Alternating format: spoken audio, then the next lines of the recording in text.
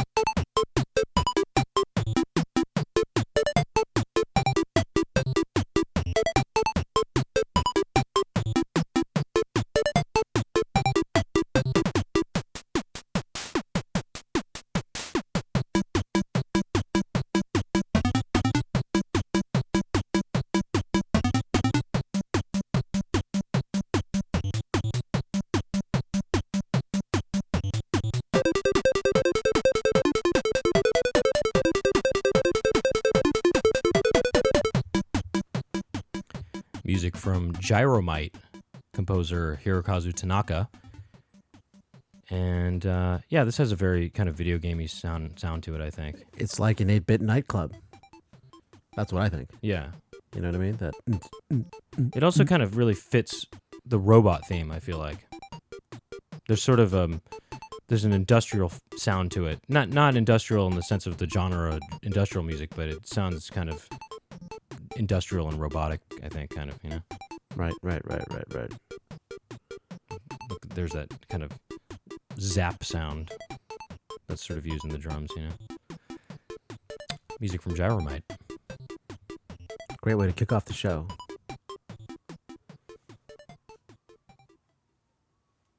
Okay.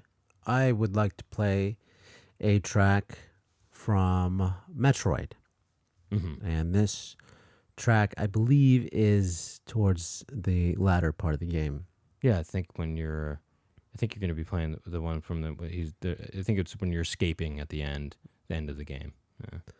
So here is a track from Metroid from our episode composer Focus, Hirokazu Tanaka.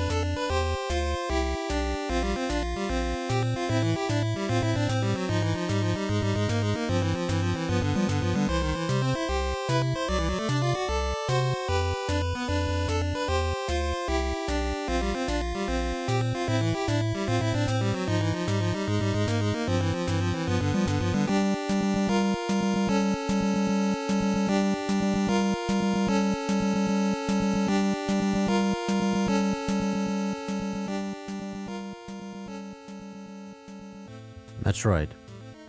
Yeah, escape music.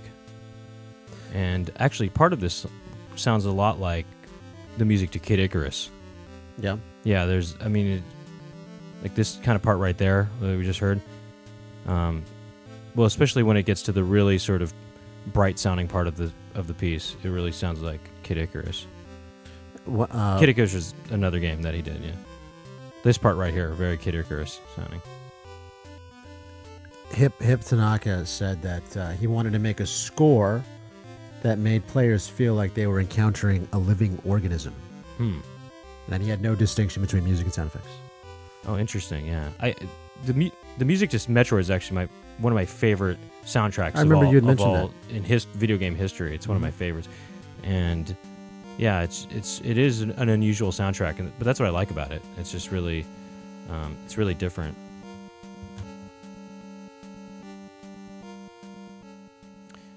And I will probably play something from Kid Icarus that sounds like that song, but instead I'm going to play something different, something else from Kid Icarus, and probably get to that track later. But this is the overworld music from Kid Icarus, and in this piece, he actually does quote. There's one line that he quotes from, or like one or two lines that he quotes from a pre-existing musical piece. It's actually a traditional American song of some sort, and I'm usually like a big stickler about on our show playing only original music for video games, or not playing anything that's an adaptation of non-video game music. You'll hear all about it on episode 30. Right, episode 30. You'll hear all about it. But in this case, it's just a one-line quote from something like a traditional song, and so anyway, yeah, I'm okay with that. Are you? Well, let's hear it. Okay. Let's hear it. Maybe we'll have some discussion afterwards. Yeah. No. But the most of the piece, I mean, 95% of the piece is an original piece and stuff. So Sure. Anyway, this is music from Kid Icarus, and listeners, you can and you, Rob, you can listen for what part you think might be a quote from another song. Okay. So music from Kid Icarus, a music composed by Hirokazu Tanaka.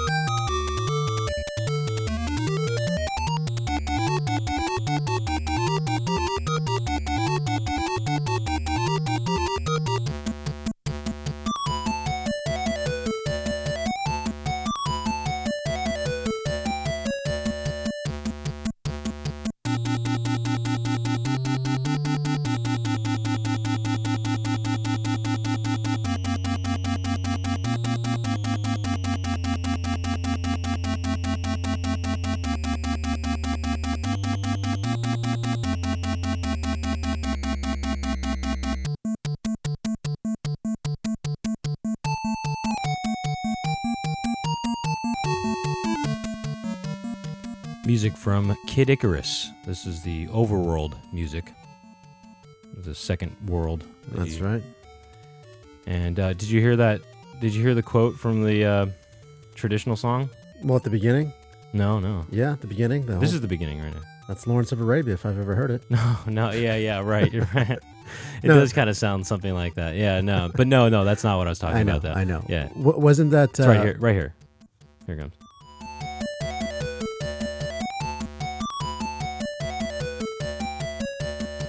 That's it. It's just that little quote right there. Isn't that some kind of Southern song?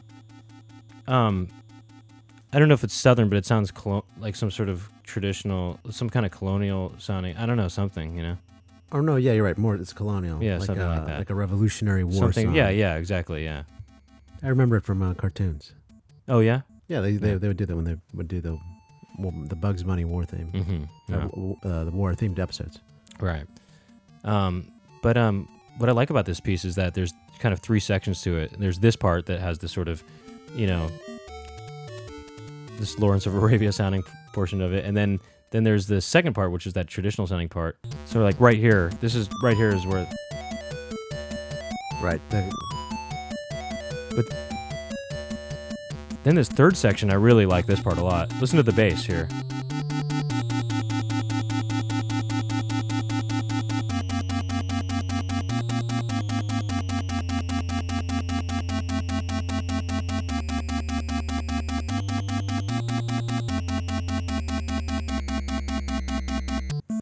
Yeah, what I like about the bass there is the bass seems to take on the melody at that part. Yeah. And where the upper voices are kind of just doing these sort of chords.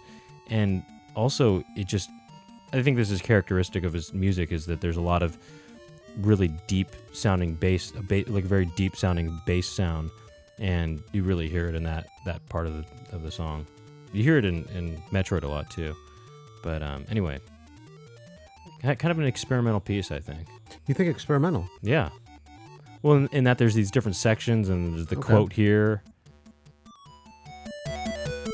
and then moving from this into this other portion of the song. Yeah.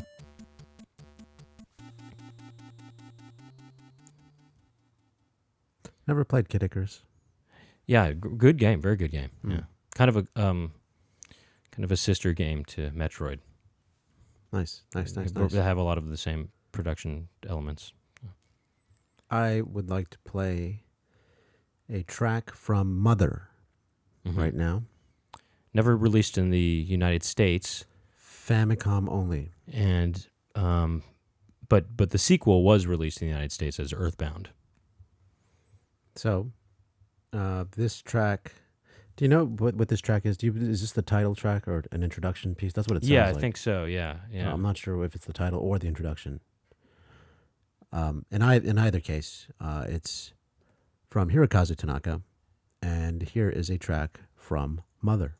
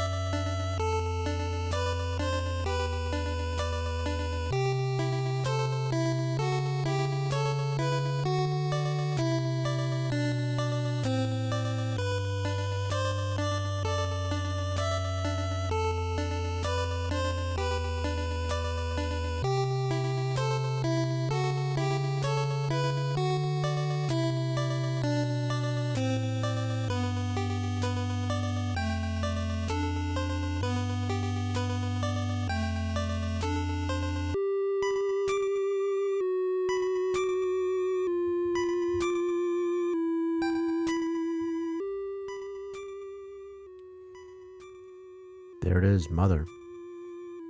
And the proper title for this piece is Mother Earth.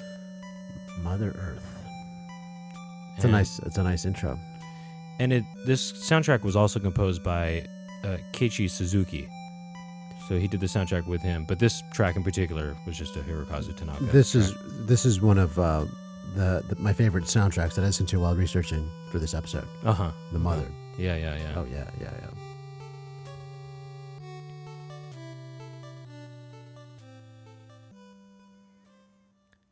So up next, I'm going to play something from Tetris. This is the Nintendo version of Tetris, not to be confused with the Tengen version of Tetris, which also came out on Nintendo, unlicensed. And some of the music in this game was adapted from classical music, but some of it was original. And one of the tracks I played on our, I think, last episode, with the puzzle episode. Here's another original track for the game. This one has has more of a kind of a Russian folky sound to it, and it's music 2 from the Nintendo version of Tetris, music composed by Hirokazu Tanaka.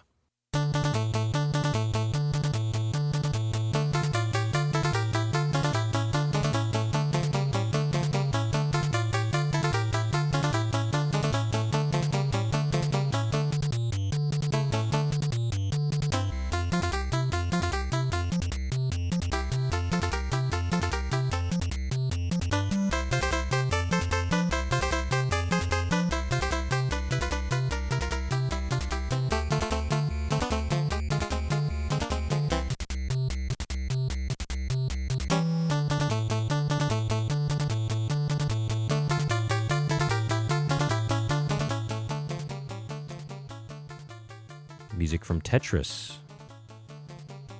This was one of my favorite tracks to play to. Yeah, this was my first choice for music when I was playing the game too. But did you say in the last episode that the third one was your favorite episode? Was your favorite song of the? No. This one is, but I would sometimes, to change it up, I would play with the music number 3, which was the one I played in the last episode. But no, this one was definitely my first choice.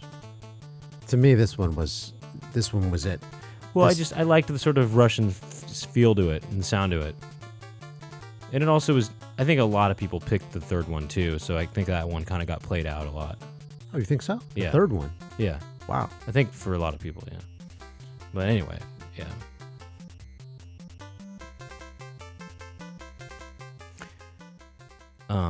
So up next we're going to hear something from a Game Boy game called Super Mario Land. This is the first of the Super Mario Brothers games on Game Boy. Yes. And one of the first games for the Game Boy. And this is the Overland music. It's the music of the first level. And it's music composed by Hirokazu Tanaka. This is from Super Mario Land for the Game Boy.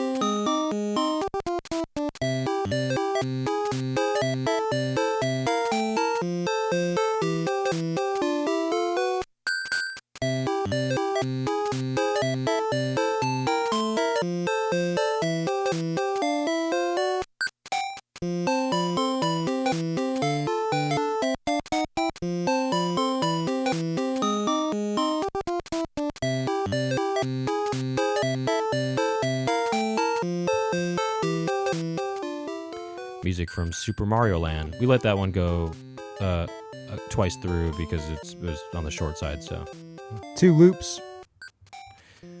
But yeah, I really like this. I like this track a lot. I particularly like this part right here. I don't know, I think that's a nice little way to get back into the A portion of the song. Nice. But yeah, that's Super Mario Land for the Game Boy. Did you ever play that? Yeah. I think I completed it actually. I don't know how you did that. Well, on the old Game Boy or a modern? Newer Game Boy. No, on the original Game Boy. Yeah. That causes headaches, man. Oh, really? What the screen? The screen, yeah. What, do you have a magnifying glass or something on the? There was a device that was like a magnifying glass for that. No. And I just bought a Game Boy, an original Game Boy, within the last 2 years. Oh, and you have trouble playing it? Yeah. The only game I can play is Tetris. Oh, really? Yeah. Well, yeah. No, I didn't. I mean, it was a really novel thing at the time. I mean, I played it. I didn't own one, but I was playing my friend. Okay. My friend's one, and it was really novel to me to be playing this really. Because pocket systems before that were all, either those tiger ones, those handheld tiger things that were really. They look like watch graphics. Yeah, exactly. And then, it was that or there was Donkey Kong and stuff like that for pocket right. Things of that. But this was so much more advanced and so I don't know, it was pretty cool.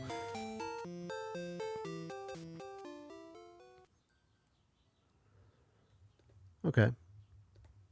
For my next track, I would like to play a track from Dr. Mario. Mm-hmm. And this track is called Fever.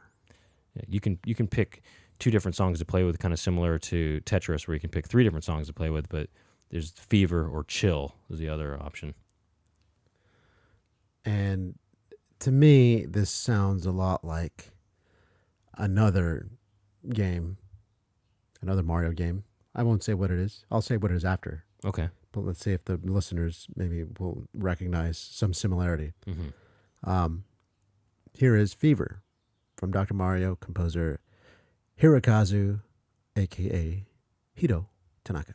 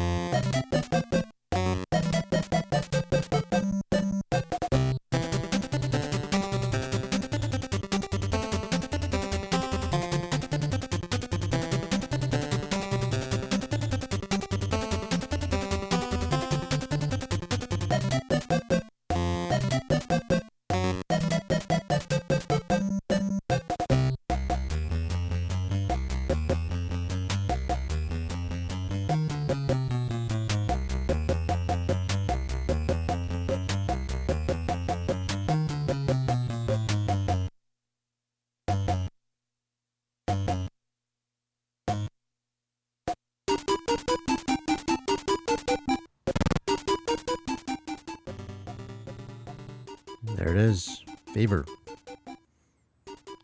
from Dr. Mario. And the beginning part, to me, was very reminiscent of a track in Super Mario Brothers 3. Right. So when you're in a couple places, one when you're playing when you play Mario Brothers, the original game in Super Mario Brothers 3. Yeah. And then you're saying the Hammer Brothers. The Hammer Brothers, when you play the Hammer Brothers as well. Yeah. This is my favorite part of the track right here.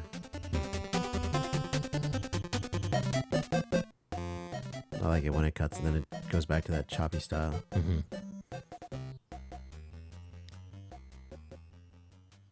All right, so we're going to play one more track before we get into the interview. And this is a track from Earthbound. We haven't heard any Super Nintendo stuff yet, but this is a track called Snowman. And this piece was originally composed for Mother 1 on Famicom, but this is the version of it. It's the same piece. It's the version of it for Earthbound for Super Nintendo. Music composed by Hirokazu Tanaka.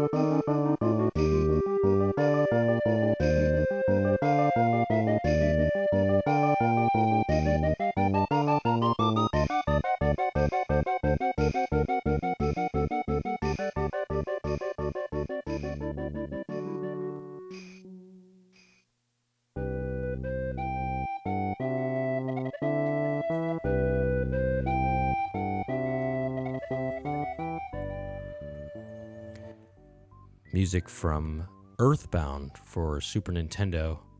This is Snowman, music composed by Hirokazu Tanaka. To me, it's got kind of a new age kind of a little spa. I feel like Hirokazu Tanaka's pieces for this game are really just, they're very ambient. Not this one as much, but some of his other pieces get really ambient, and they're kind of a lot more experimental and stuff. But yeah, I can hear that too. There's a spa element to it. But yeah, you can actually hear the 8-bit version of this in Mother as well, this song. I like those, you can hear those voices. Those background voices.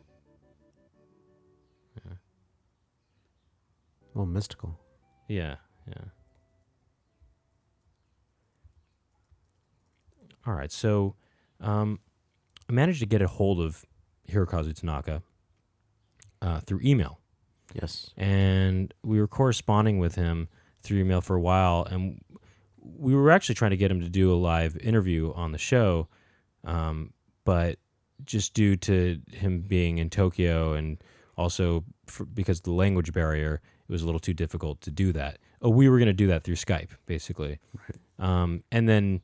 And so what we did is we did send him our we did send him our interview questions, and he went through and answered all of them and sent his answers back. And so what we're going to do is basically sort of recreate the interview as if it were live on our show. As best we can. Yeah, or not recreate it, but just create it. Right. Actually, thanks to Hiroko Minamoto, she actually was the sort of in-between person and translated our questions into Japanese for Hirokazu Tanaka, and then she translated his answers that were in Japanese into English for us. So it's gone through a translator already at this point. Right. So who knows? Maybe some of the meanings of our questions were lost, and maybe some of his answers were lost in translation. But I think for the most part, we both got our points across on both sides.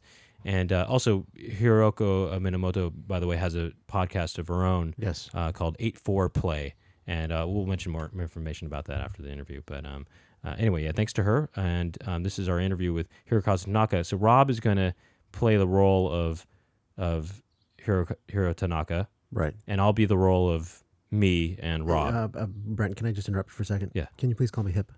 Okay, Hip. I'll call you Hip from now on. Yeah. Thank you. And so I'll be playing.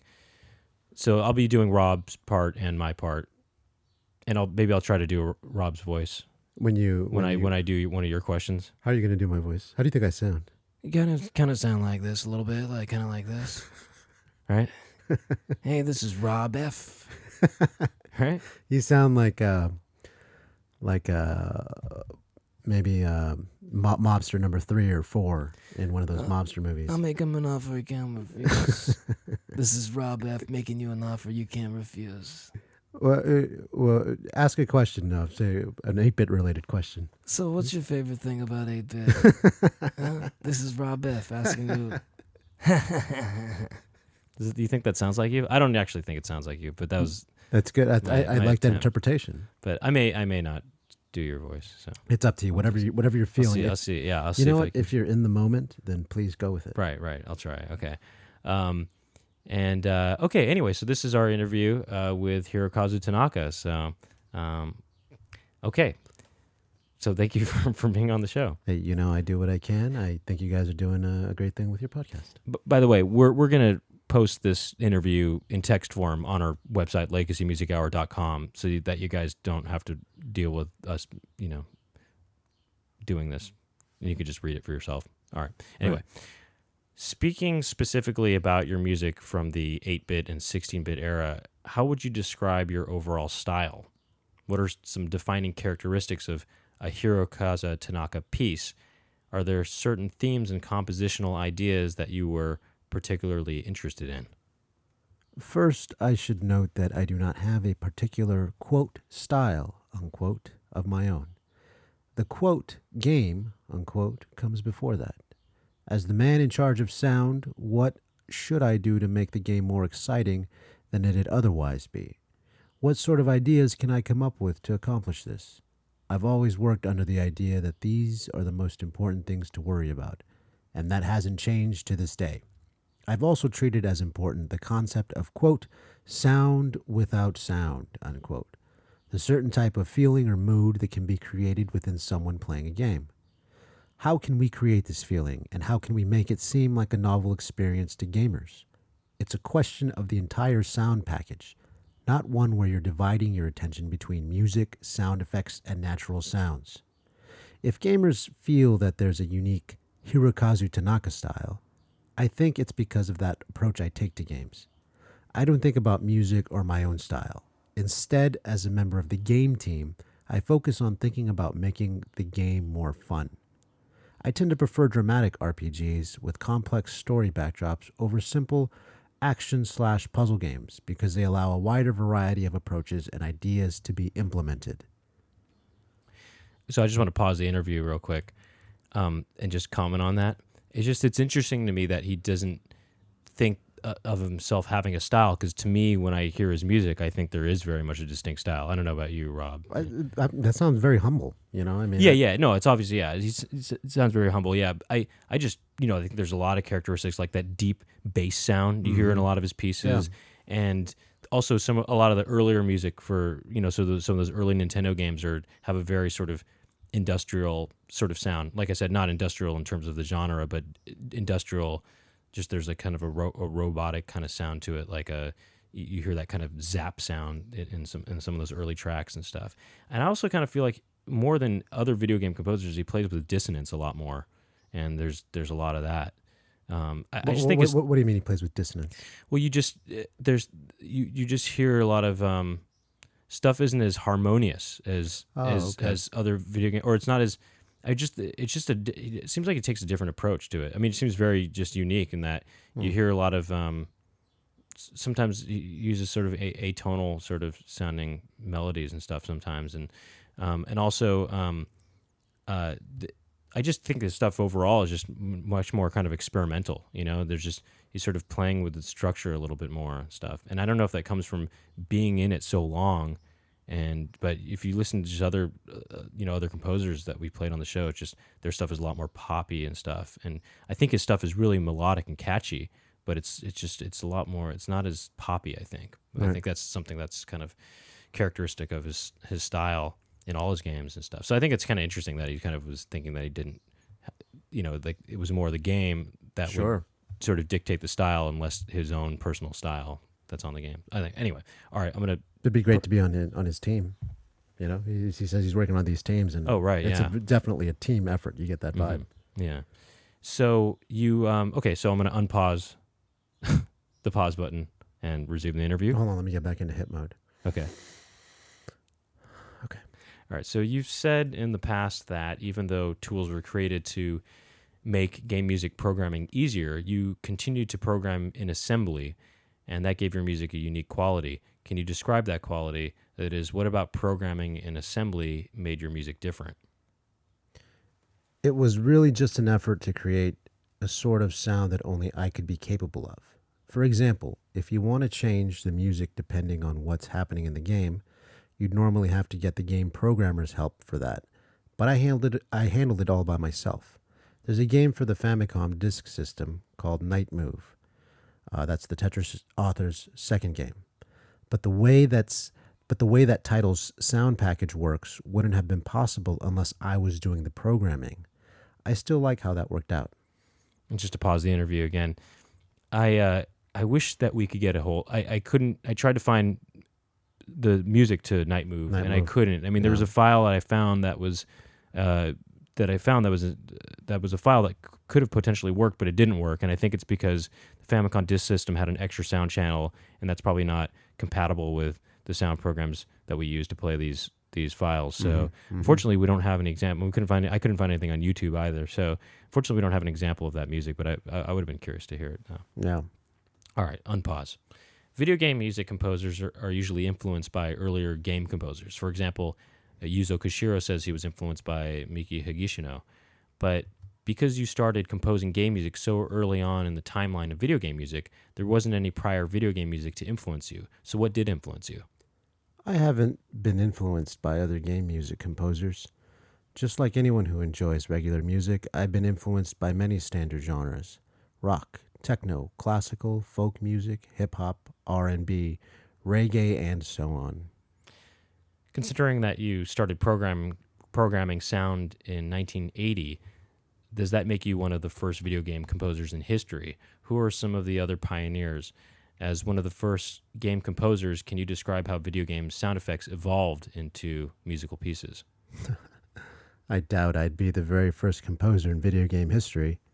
There were a lot of people like me working for places like Namco and Sega at the start of the 80s, and I'm sure there were many similar people overseas as well. There really wasn't any sort of interaction between us, though, so I wouldn't know most of their names. There was a definite natural process where games went from sound effects to music, and there are two general reasons for this. One is the advance of hardware, speedier CPUs, more RAM, and so on.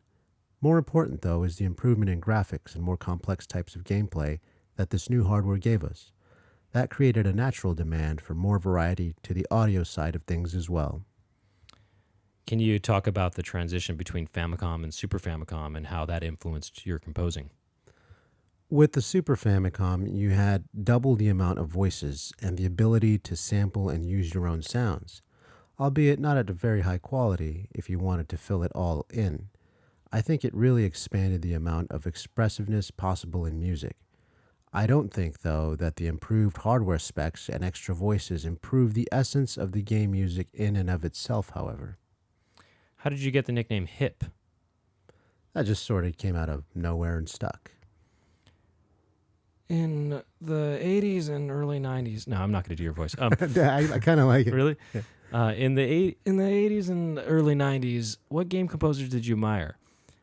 Which game soundtracks were your favorite? None in particular. why did you think there is such a difference between Western and Japanese composition styles? I really haven't played that many overseas games in the first place, so I can't answer this. About Metroid, you said in the past that you tried to write non-catchy music and that you only hear a catchy melody when you beat the game.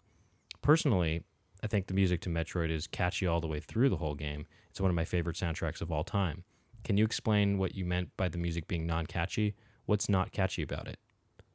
I think we may be seeing the word, quote, catchy, unquote, in different ways here. What I'm talking about is a lack of light, nimble music, minor chords, the lack of a strong melody. I do think that Metroid is one of the most unique among the titles I've worked on. The idea behind it was to use clear, bright chords only in the song played during the ending, giving the player a strong sense of catharsis. The only songs in the game that use relatively bright chords are the ending tune and the jingle that plays at the start of the game. Outside of that, much of the music serves to encourage a sense of anxiety, right? That's what I was intending to say. In both Metroid and Kid Icarus, the use of counterpoint is pretty prominent. Were you influenced by classical music? If so, what are your favorite classical musical pieces? What are your favorite classical musical pieces? Rob, you probably need a cough drop. I think it's more the case that Dragon Quest was really popular in Japan at the time, and the composer on that project is most gifted at the sort of music an orchestra can produce. That really had a major effect on trends all across Japanese game music around that time. I'm not at all an expert in classical music, but as a kid, we had a lot of records at home from famous musicians that I listened to. Tchaikovsky, Mozart, Beethoven, Bach, Schubert, Haydn, Saint-Saëns, and so on. I don't really feel like I've been directly influenced by classical music, but I can see how I might have been affected subconsciously at an early age.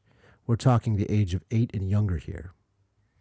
Okay, so let's pause the interview right now and just hear a couple examples, I think, of maybe what he's talking about. And so we're going to hear a track from Metroid and maybe exemplifying what he was talking about stuff not being sort of upbeat and melodic. Okay. And then after that, we'll just follow it immediately afterwards with a track from Kid Icarus that I think uses sort of a lot of the counterpoint, and perhaps that was influenced by classical music. So this track is that we're going to hear is from Metroid. This is from Norfair, and then we're going to hear something from Kid Icarus, which is the palace in the sky. Music composed by Hirokazu Tanaka.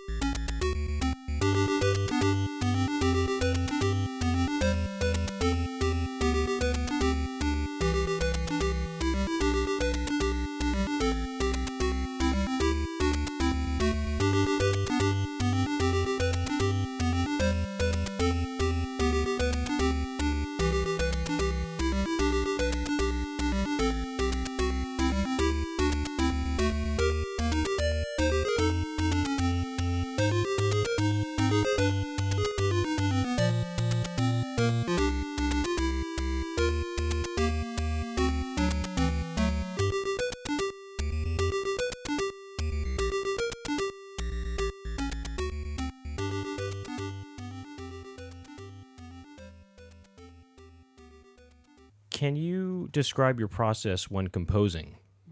Did you play the game without sound first and then write the music, or did you just compose the music from storyboards and artwork? Did you compose on musical instruments first, or did you begin writing a piece by programming it from the start? This can depend a lot on the individual project, so it's difficult to describe a single process. However, there is one unique aspect to how I create music data. Most composers usually play out music on a MIDI keyboard, record it, and edit the results to create music data. But for me, all through the Famicom and Super Famicom, I wrote my note data directly into the machine in code form. I've read that there were good-spirited rivalries between video game composers in the past. Is that true? Who were the composers involved with these rivalries? And what were the rivalries about? I've never really seen anyone else as my rival, although naturally I've kept tabs on games that are popular in the market. Were you ever approached by Sega or NEC about possible employment? I haven't. Was any of your music rejected or never used? Are you particularly fond of any music of yours that was never used? It certainly has, and even now, I like some of that music. I just want to pause real quick.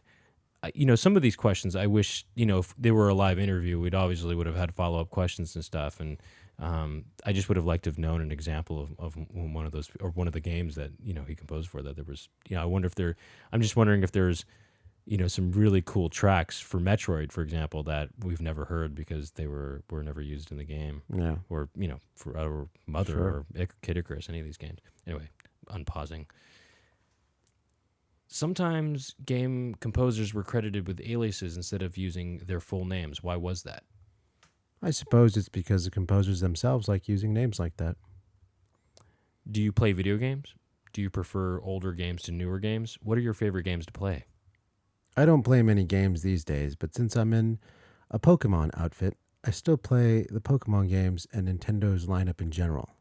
Most of the famous top-selling games I at least try out a little, but I almost never play them to the end. Do you still compose 8-bit and 16-bit music? I don't compose any of it for game purposes, but I still love 8-bit music. What are you working on and doing today? I am the president of Creatures Incorporated. I also do a lot of composing work for the Pokemon TV show and films. On a more personal level, I have an interest in dance music, like minimal techno, electronica, and reggae, so I compose that sort of thing as well. Would you like to add or plug anything else? It has been about 30 years since I began working for Nintendo, but I always see it as an honor to get asked for interviews like this one. It's always a surprise for me to see how many people there are all over the world that like music from Metroid. It makes me extremely happy and always gives me a lot of personal encouragement in my work. And that's it. That's our interview with Hirokazu Tanaka. And big thank you to Hirokazu Tanaka for taking the time to answer our questions. And the translator. And big thank you to our translator, Hiroko Minamoto, who has a podcast, as we mentioned earlier, called 8-4-Play. And you can find that at www.oneup.com. In their podcast, they talk about video games, Japan, and Japanese video games. She also said it would be nice to mention that they specialize in game localization, and they have a translated Dragon Quest VI that just came out in the United States. So, that's something we should mention too. Sure. But yeah, 8-4-Play is her podcast. So yeah, thank you to Hiroko Minamoto, and thanks again to Hirokazu Tanaka. And I think it's just great that we got an interview with such an established figure in the video game music industry. I mean, he's one of my favorites. He's one of my favorite game composers of all time, just because his music is so unique, and it's really weird, his music. Just from what we've listened to already on the show. So yeah, it's really cool to get a little more insight into his work, and to have this kind of direct contact with him. And without giving anything away, we've got some stuff in the works here at the Legacy Music Hour. So yeah, keep your seatbelts fastened. That's all I'll say, because we've been working. This one has been in the works for a while. Yeah, but we kept a tight lid on it. Well, anyway, we're gonna move into some more tracks from Hirokazu Tanaka, and kind of just play some more tracks and probably play some more obscure titles.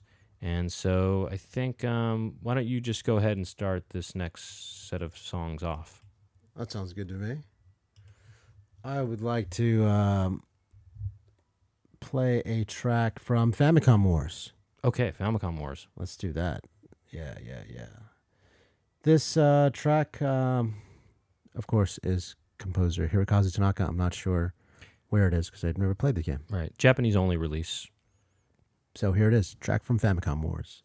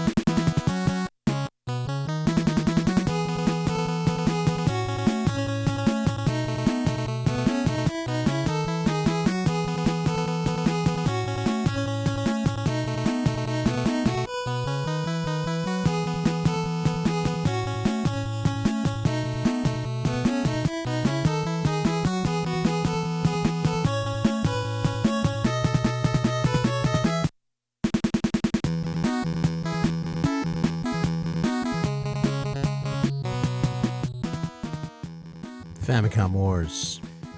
This beginning part sounds really 80s to me. I was thinking a pro wrestling entrance, old school 80s pro wrestling entrance. I was actually thinking of Track and Field 2 has a similar track. I'm looking at the box cover. Yeah, it's like a war strategy game. It's got a bunch of guys in army fatigues. Mm-hmm. It looks like they're all flexing and screaming. But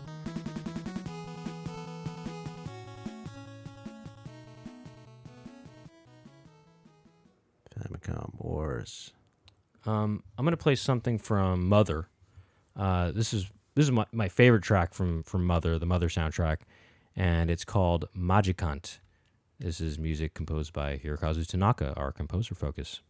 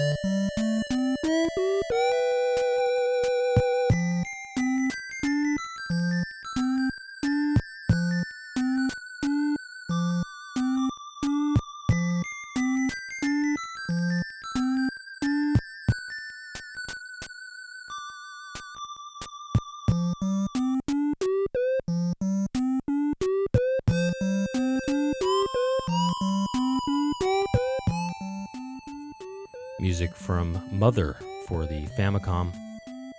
Music composed by Hirokazu Tanaka. This is just an unusual piece. I really like it. This is Magikant. Magic what? Magikant. No, Magikant. No, not what you were. I think you were thinking of something else. No, I was just asking what the title was. That's all I was asking.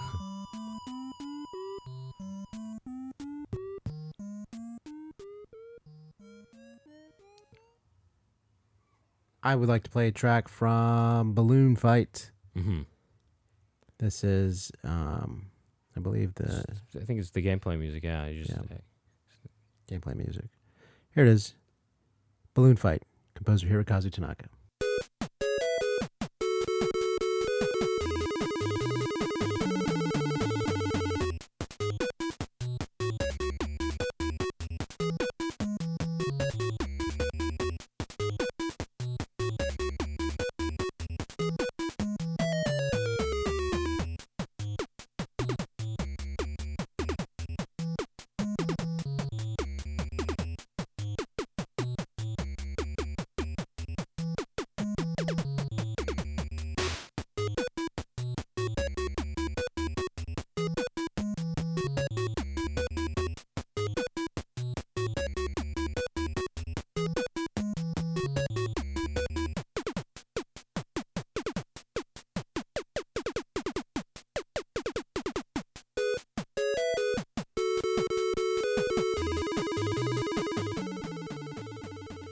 There it is, Balloon Fight. This has a common link with Earthbound. Did you know that? No. What is it? Well, I'm reading on the Wikipedia page that in Earthbound, there's a place called Magicant that represents the mind of a person. Magicant. That's the track I played from Earthbound. And the main character in each game may meet the flying men who look like the enemies in Balloon Fight. Okay, huh. But they will fight alongside you instead of fighting against you. I want to put it out there again. I'm looking for a copy of Earthbound. If anybody wants to donate a copy of Earthbound to the show or to me, Brent Weinbach, I'm looking for it. I'm looking for a copy. We'll use the Legacy Music Hour, but mainly it's Brent. Brent really wants this. But this song is like it's very. This just has the early Nintendo games just have that really, or the ones that he composed were have this really distinct sound. This sounds a lot like Gyromite. You know, it's got that sort of video gamey sound to it, you know. Also similar to the track I'm going to play next, actually. I'm going to play something from one of those earlier games. This one's from Wrecking Crew, and it's music by Hirokazu Tanaka. It's again has that kind of very video gamey sound to it, and you can hear that sort of that zap noise, that zap kind of thing I was talking about earlier, you know. Okay. But yeah, music from Wrecking Crew for the Nintendo Entertainment System.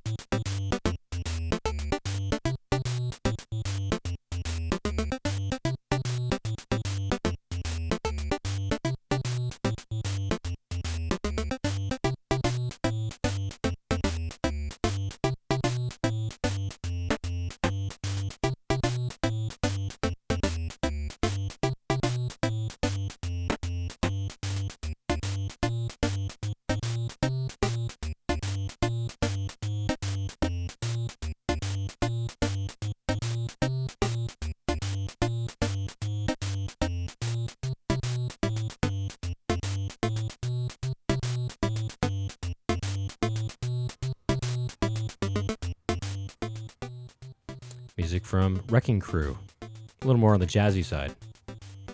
Oh, good for the jazz episode. Right, yeah. This kind of has a jazzy, especially the, what I would refer to as the bridge of the song. This part right here. No, right after this part, actually, coming up. But, I mean, it has that sort of industrial sound, but also kind of a jazzy sound to it, too. You know? Right here, I think. Right here. I like this part of it a lot, yeah.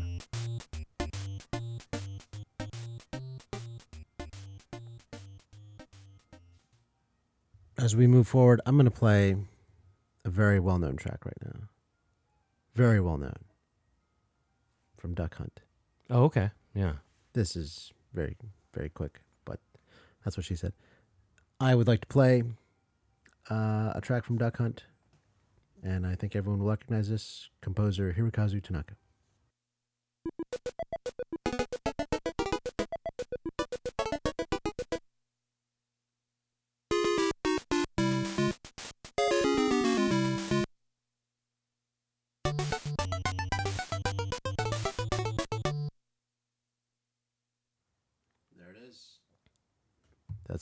There it is. That's a quick little one. That's very recognizable. Yeah, in my opinion, they're nice little stamps. I think of them. Yeah, there isn't any kind of continuous loops in that game, but those are just still really memorable little jingles. Yeah, from that game. Yeah, especially that one that's like, right. Yeah. You know what I think of that one? That one I always think of as a stamp for some kind of joke that people say. Huh. Okay. You know, like if someone was going to say like when you said that was really short, and I said, yeah, that's what she said. To me, right. it works for that kind of thing. Mm-hmm. Okay. Yeah, I can see that. Next up, I'm going to play something from Dr. Mario. I'm going to play the complement, the supplementary, or the complement to Fever, Chill. Chill. And in this song, again, Hirokazu Tanaka, there's one line from a non-video game song that he quotes. It's from a song called St. Thomas, and it's by Sonny Rollins. It's a jazz song. And like I said, I'm usually and I am strict about, not playing non-video game music or video game music that's an adaptation of non-video game music on our show, but it's such a small part of this piece that I think it's fine, It's just a little quote. It's a little quote from St. Thomas, Sonny Rollins. Anyway, this is Chill from Dr. Mario for the Nintendo, music composed by Hirokazu Tanaka.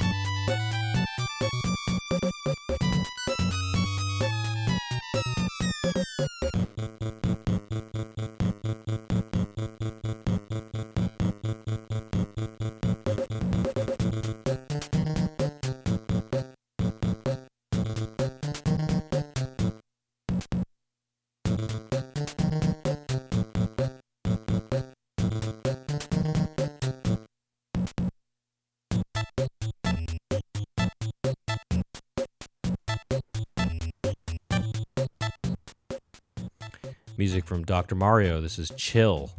And really kind of an experimental track, I think. Yeah, lots of stuff going on. Yeah. And I don't know, there's definitely seems like there's a jazz influence in it. But yeah, no, I like this track though a lot. Yeah. I like this part right here. This is neat right here.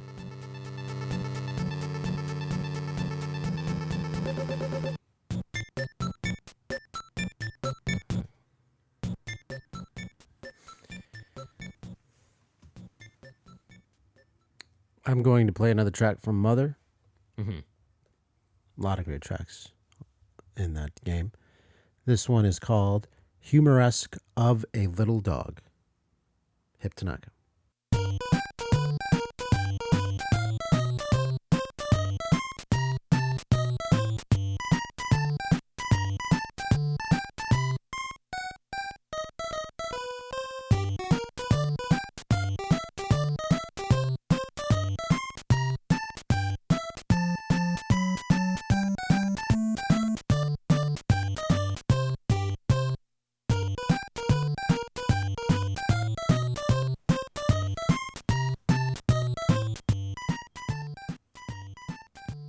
Humoresque of a Little Dog. It's got that saloon piano style.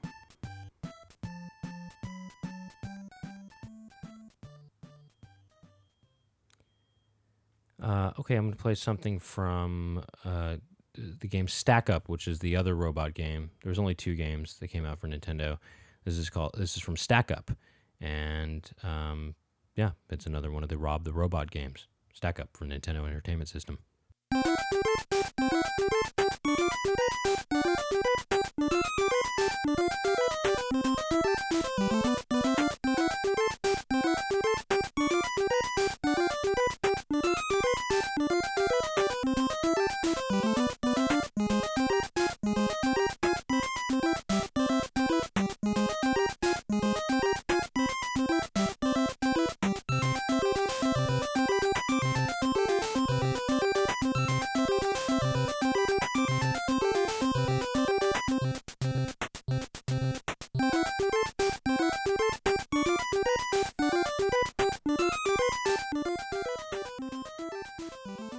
Music from Stack Up for Nintendo. Kind of like a carnival. Yeah. I really like this part a lot right here. Just like the chord changes on it. And this part just has a very 80s feel to it.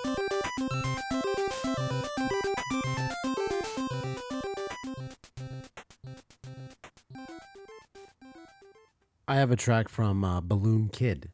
Okay, that's the Game Boy. Game version. Boy. You know, there's also a game that he did music for. I don't know if I mentioned it when we were listing all the games that he did, but Hello Kitty World was another game. Okay. And that came out in Japan only, and that was same game too. It was basically Balloon Fight, but it was a Hello Kitty theme though. But yeah. Actually, no. You know what it is? I think that it's Hello Kitty World is the same thing as Balloon Kid. Okay. Yeah, that's what it is. Yeah, and because Balloon Kid basically takes an element of Balloon Fight and makes a whole game out of it. Right. So yeah. Without further ado, here's a track from Balloon Kid for the Game Boy.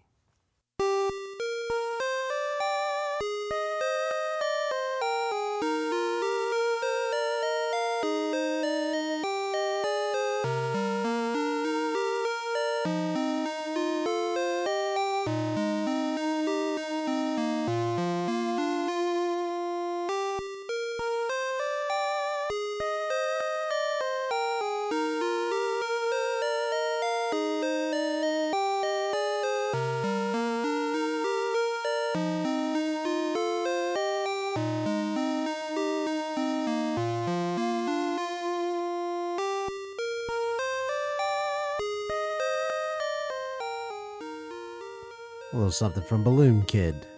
Mm-hmm. And if you want the Hello Kitty version, check out Hello Kitty World for the Famicom. You ever into the Hello Kitty, or your sister ever into the Hello Kitty? Yeah, my sister was, definitely. Actually, you know what I was into? What? The Sanrio gum. Sanrio gum? Yeah. I didn't know they had gum. That makes sense. They had Sanrio everything. Yeah, they had Sanrio everything. The gum was really good, though. It was different. You know what? This would actually be a pretty good question. I like this music to ask this question to you. Okay. Will I marry you? Yes.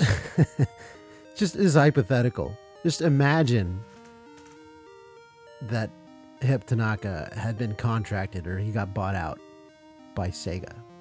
Uh-huh. Just imagine. Can you just picture what he would have done for some of those games, or any kind of games? I'm sure it would have been interesting. I'm sure. That's what I'm asking. Yeah, I mean, I think it doesn't really matter. Yeah, I mean, I don't know. What do you think?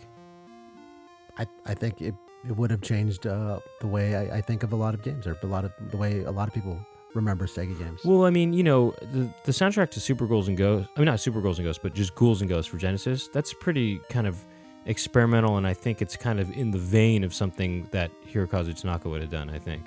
Like in that vein, maybe. It's a total nerd question. I just wanted to... Yeah. I think that, you know, I don't know. I don't know how to answer it.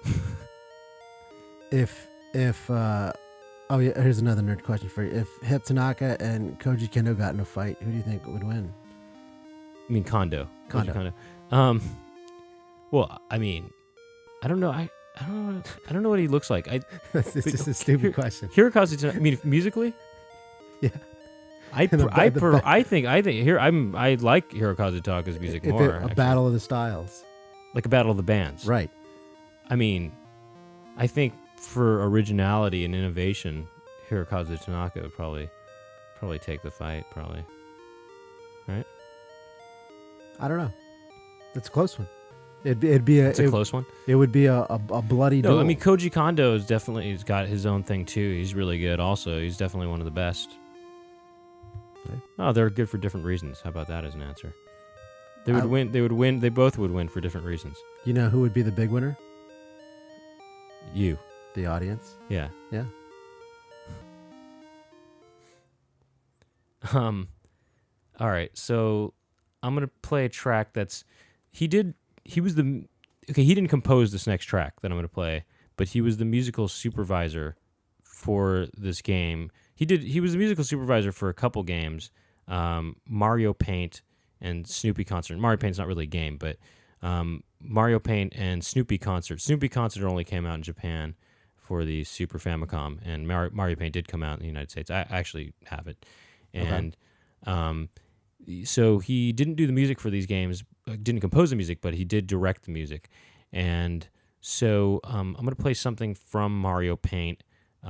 This is a song called Monkey Song, and the composers are Ryoji Yoshitomi and Kazumi Totaka, and with musical direction by Hirokazu Tanaka. I thought it'd be appropriate to play at least one of these tracks that he wasn't an actual composer on, but was the musical director on. So this is music from Mario Paint for the Super Nintendo.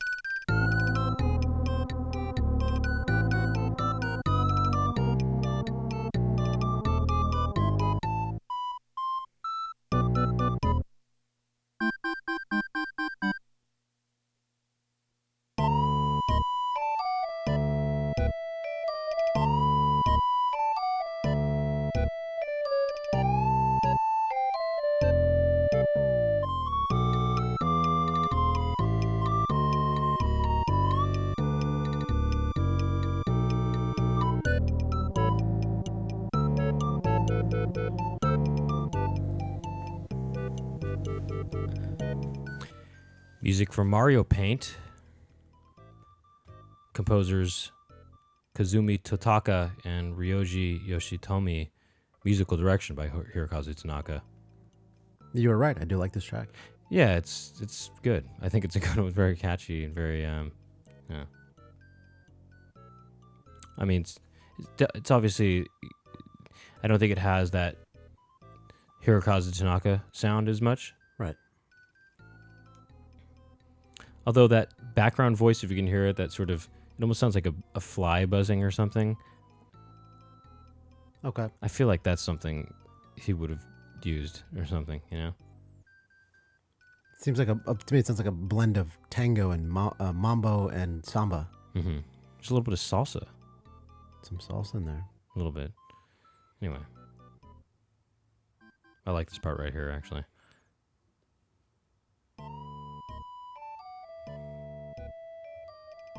This part's good, yeah.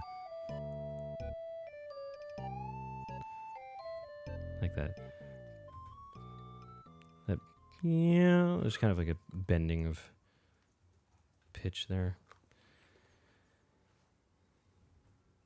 For my final track, I'm going to return to Famicom Wars. Okay. I like that soundtrack a lot. Mm-hmm. And let me just say this has been a great episode.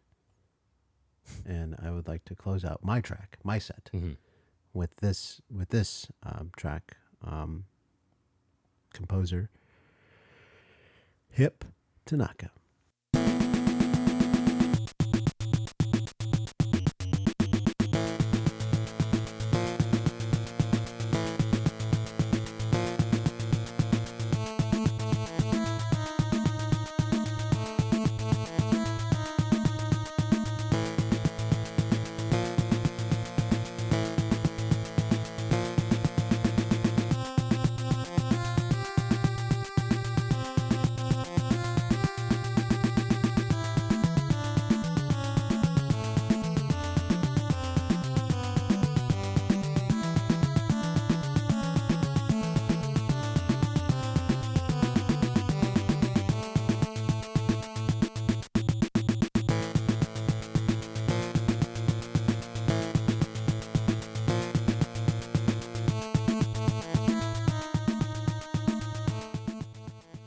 Famicom Wars. Actually, I had this track picked out as well. I really like this one a lot. It's good. Yeah, like this part coming up right here. This is really good. This part right here.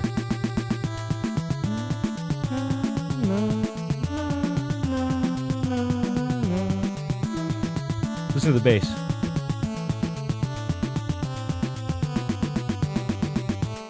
The bass really picks up right there too. You hear this, and I like actually the beginning of this, how this song starts. You know, did you notice that the intro, it doesn't repeat ever, but you can hear it like. I like that kind of. You hear that? Oops. Yeah, drums. That's neat, huh? No, there's just something about that chord too. Anyway. Okay, so all right, so I'm gonna play something from Gumshoe, and yeah, this is music from Gumshoe, and of course, music by Hirokazu Tanaka.